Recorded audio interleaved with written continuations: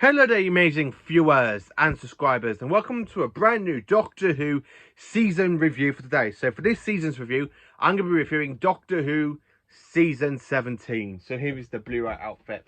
So what I'm going to do is, for this season, I'm literally going to talk about the episodes and the story, well, basically the stories and in individual parts, and then basically how I rate this season. So let's dive into it, shall we? Story number 1, coming up now. So then, the first story of the season is Destiny of the Daleks. I love this story, I really do. It did used to be at least one of my favourite Tom Baker stories, and to be honest with you, it has grown on me. It's not in the top 10, but it's definitely in the top 20. So, Destiny of the Daleks, what I can tell you about it? Well, we opened up to the Doctor basically looking into K9, because K9's ended up developing meningitis, which is very unusual for a robot dog to get. Why the Doctor is there trying to work out what's wrong with K9 before he comes down to, meningitis. Romana ends up regenerating. So we have Lyanna Ward wearing Princess Astra's body. And then, of course, you can't go around wearing copies of bodies. Well, I thought he looked very nice on the Princess. Well, you know, you look going. Then, of course, she does change into different outfits. And he goes, Tutu, take it away. And then she comes out wearing something a bit tarty. And he went, no, thank you. Not today. Look, you listen to me in there. You need something, well, warm and sensible and style, you know? And I love the way how she comes out wearing exactly the same outfit as Tom Baker. And he's going, oh, good look, good look. That's what I was talking about. And then he takes off and he goes, oh, I give up. Take off those silly clothes. So when they materialise on the planet, they actually materialise onto Skaro, the planet of the Daleks. So basically, when they're going to investigate, they see a spacecraft of the Mavellans, and just before that, they kind of see survivors burying the dead, that's basically captured because of radiation poisoning. That's basically been caught from Skaro's radiation war, you know, with the whole war with the Fowls. So anyway, so when they go to investigate, the Doctor ends up finding out from the Mavellans that they are on Skaro, and he goes, "What are you doing on Skaro?" And this is basically the point after it gets caught in a beam. Now, Romana ends up falling down a ventilation shaft, and then she comes across 3 Daleks, and that's the end of part 1. Then, of course, in part 2, she ends up being interrogated by the Daleks. Status, purpose, you are here to spy on the Daleks. I don't know anything about the Daleks. True or false? I really do. Lyanna Ward does amazing acting in that part. False, now leave me alone. For a Time Lord that actually does cry, I think it's absolutely brilliant. So I really do enjoy part 2. Part 3 is, of course, when they literally do find Davros, and then you got Davros saying, "Release me, you will return me to the Daleks." I love the way how the Doctor goes, "Shut up, I'm switching you off." I really love the little bits of introduction music. Then in part 4, when you kind of got like the reveal of the story, where basically the Daleks want Davros to program their battle computer, and then of course the Mavellans want the Doctor to basically do exactly the same to their battle computer, because the Mavellans and the Daleks are at war with each other, but at the moment their 2 battle computers are locked, which does really lead into basically the next story we do see them in at the basically the end of the Mavellan War. But the story does end up with basically the Daleks blowing up because the Doctor pressing his hand on Davros's detonator just before the Mavellan ship can blow up, and Davros is captured by the humans and taken into a human space station after the Doctor freezes him inside an ice block, and then the Doctor and Romana return to the TARDIS and end up leaving. So that is literally the plot, some of the plot of this story. I actually quite enjoy it. It's not as bad. It's brilliant, to be honest with you, and I would highly recommend it. So then, story number 2, City of Death. Now, this is one of my favourite stories. Now, this is my second favourite Tom Baker story in general. It is my favourite story from this season. City of Death, we have the Doctor and Romana on holiday in Paris. They end up getting caught through this time experiment thing, bubble going on because of Scaroff, aka Count Scarleomi, played by the wonderful Julian Bleach. I absolutely do love this 4-part story. I think it's amazing. It's got some great filming location work in, as I said, in Paris. It's literally written by Douglas Adams. Now, Douglas Adams is one of my favourite Doctor Who writers after Robert Holmes. It's Robert Holmes, then of course Douglas Adams, and then it's Terrance Dicks, my top 3 Doctor Who writers. I absolutely love this story. Written by Douglas Adams, who is my second favourite Doctor Who writer. It's absolutely done so brilliant. We have a fantastic shot where they're literally finding out that Scaroff has got 7 pictures of the Mona Lisa and he's going after, sorry, he's got 6 pictures of the Mona Lisa and he's going after the 7th picture to sell to private collectors.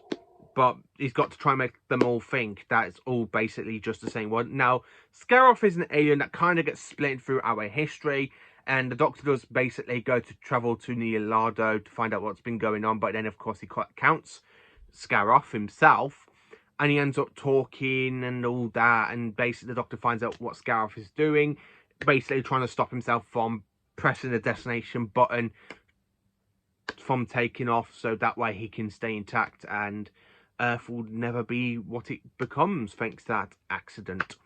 I really do love Scaroff. He's one of my favourite one-off villains. If I could pick anyone to return, it would definitely have to be Scaroff, the last of the Jaggeros. I really do like Duncan as well. Duncan is absolutely brilliant. Tom Baker has got some fantastic lines. Well, what if a butler so violent? Well, he probably thinks that you're a beautiful lady. Probably. I really do enjoy Destiny of City of Death. I think it's an absolutely classic story. The third story of this season is, of course, The Creature from the Pit. Now, this is at least one of my favourites from this season, but it's still got some good things, apart from a big giant alien blob hiding in the pit with basically this mad woman throwing her people into the pit as punishment. So the Doctor ends up basically finding out that the pit's actually, like, you got a space, like this kind of alien egg that's actually a spaceship. And of course, he wants to investigate the pit. So I do love the bit at part 1 where he's there talking to Romana and he goes like that to his nose, and then he jumps down the pit. I really think that's done brilliantly. Now, when Romana gets rescued by K9 and they're like, it's made of metal, let's capture it so we can smash it up. I really do enjoy that bit when K9 knocks out the stupid kind of cavemen people. Because men are very autonomous on this planet because it's led by females. The wolfweeds are done really well. I think they're not a good design, but I think the sound effect of them is done really well. I like the sound of the whip of them. I do like the fact that the villain does get her up comments by being squished by the president of the, I can't remember the alien creatures, but it's a big massive sluggy type creature, and it has this this hexagon control box to help him talk and communicate. Yeah, it's not really a good story, but to be honest with you, after it comes after Destiny of the Daleks and the fantastic City of Death, I don't really mind it. I think it's a fantastic story and I quite enjoy it. The fourth story of the season is The Nightmare of Eden. So basically, this is a Doctor Who drug type storyline. So we end up witnessing like a 2-crash space liner when it literally collides into the spaceship, where you kind of got this them trying to smuggle drugs from the Eden project. You got the kind of fantastic looking creatures that really are very 70s, with her in the rubber suits going like that. I do like Tom Baker in this one as well. When he materializes, goes, Doctor, I think we should not interfere. Interfere? Of course we should interfere. Always do what you're best at. That's not what I say. No, come on. So much gives me the very much Doctor vibes, and I really do love that line. It makes me laugh every time I watch the story. The very nutty professor, the one that's basically smuggling the drug. I can't remember the name of it, sorry, but because it's him, basically, you think he's not the bad guy in this. You think he's the one that's trying to help the Doctor, but really, he's the massive person that is trying to drug smuggle, and inside the alien creatures is where he's hiding the drugs. So if they kill him, that's where the drugs are found. I actually do quite enjoy the story, even though it's like a drug warning type episode of Doctor Who. It is done quite good. I like K9 in this episode. K9's done really well by David. I can't remember his last name. I would say David Bradley, but I'm not 100% sure because I know there were two. I think its name's David Bradley. I'm not too sure. Somebody probably let me know in the comments. So yeah, Nightmare of Eden. It is a good story. I love that scene as well, where you kind of got the Doctor running through the Eden project, and you got these creatures kind of coming after him. And he goes, whoa, and his costumes ends up being a bit ruined and clawed because of it. Quite an enjoyable episode. I do enjoy. So, the fifth story of the season, and technically it is the final because the next story was basically cut because of strikes at the BBC when it was partly filmed. So anyway, the fifth story of the season is called The Horns of Neymar. It is a 6-part episode after everything else of the season was a 4-parter. I have to be honest with you, it's not one of my favourites. It does have some good moments in it though, like when the Doctor's basically taking apart the TARDIS console and he's there trying to make it spin so he can actually make it like a cricket bat and hitting the kind of sun type thing away from them, and then of course it goes after Romana.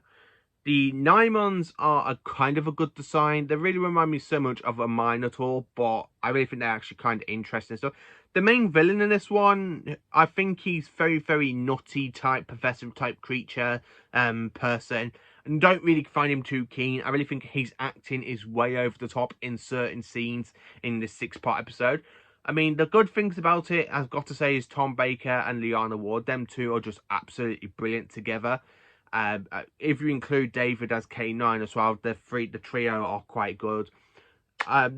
This is also the story that introduces Romana's sonic screwdriver. So basically, Romana made her own sonic screwdriver, and she ends up leaving it on the control deck, while she ends up being captured with these people that are being sacrificed to the Naimon. But the rest of the story is pretty good. It's pretty decent. Not one of my favourites, but yeah, you know, it's not the worst. It's not the worst Doctor Who story, as I do pretty much enjoy it. So then, the 6th and final Panopticon story has got to be one that I do enjoy, but not as much. It is Sharda. Sharda. Now, when I say I do not enjoy it as much, I flipping love it. It's my second favourite story. It's written by Douglas Adams. It's got some great filming location work. Yes, it had to be helped with the animation for the episode as well. It's actually quite good. It's absolutely brilliant. I do love the fact we are in Cambridge. I do like Skagra. He's a fantastic villain. I really do like the kind of like triangular alien creatures that ends up basically not being destroyed by K9, but the Doctor does get his comments. When you kind of go to a story that basically has a Time Lord as a professor in Cambridge, I really think that's an interesting story. Professor Kenobis, I can't remember his name, sorry. I really think the actor that playing him is really done so well. Then, of course, you got Parsons and his lady friend. I really think them two are good, very good duo as well. But when they get thrown into the plot of Sharda, I think that's really well. I do like Skagra's little ball, where basically he kills the Professor Time Lord, and then he gets part of the Doctor's mind, because the Doctor's basically pretending to be very, very stupid. So it doesn't actually take all of the Doctor's mind, just a part of it, which I find absolutely funny. That's so much something that Tom would do.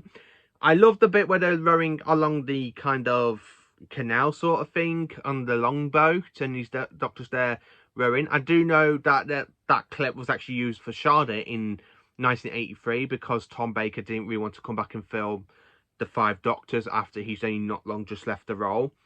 But I'm glad it was actually used for the 5 Doctors, even though the story was actually never broadcast. The animation does help it. It does have some funny moments, especially when the Doctor's there talking to the TARDIS saying, "Sorry, old girl, hope you don't mind me coming through your back door." It really made me chuckle. "I'm sorry, old girl, I hope you don't mind me coming through your back door." That bit just made me chuckle to pieces. I like the way how the Doctor basically uses a collage dish with little wires and stuff to try and stop Skagra mind control people.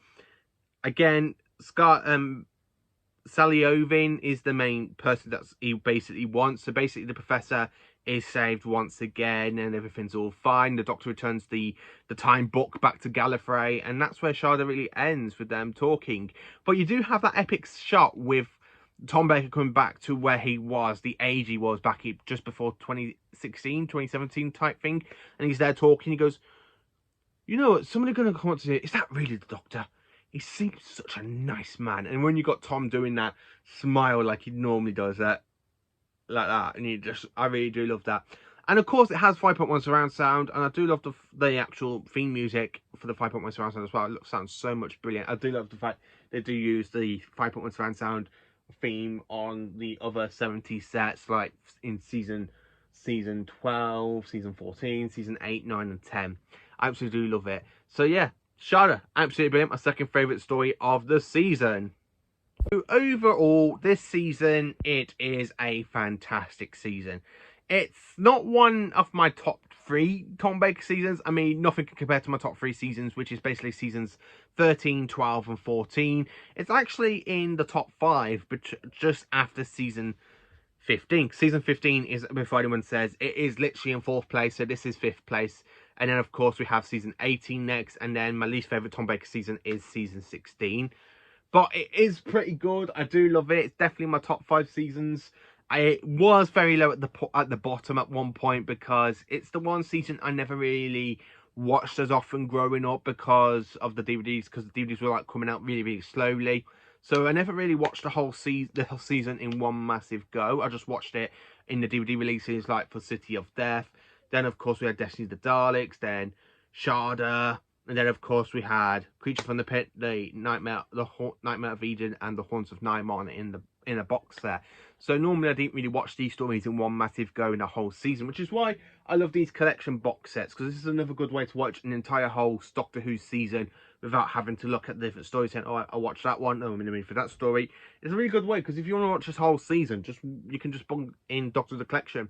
I absolutely love it. This season, I'm going to have to say I actually do rate it a 9 out of 10.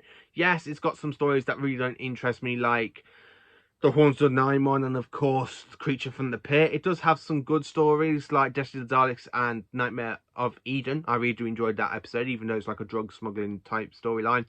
And it has two of the best stories of the season. And, of course, one of them is my second favourite Doctor Who story of all time, which is basically the City of Death and Sharda. So, yeah, this entire whole season is a whopping 9 out of 10. So, yeah, let me know in the comments. What do you think of Season 17? Is it one of your favourites? Is it not one of your favourites? Let me know. Please do like, subscribe, and share, and join for more awesome Doctor Who content.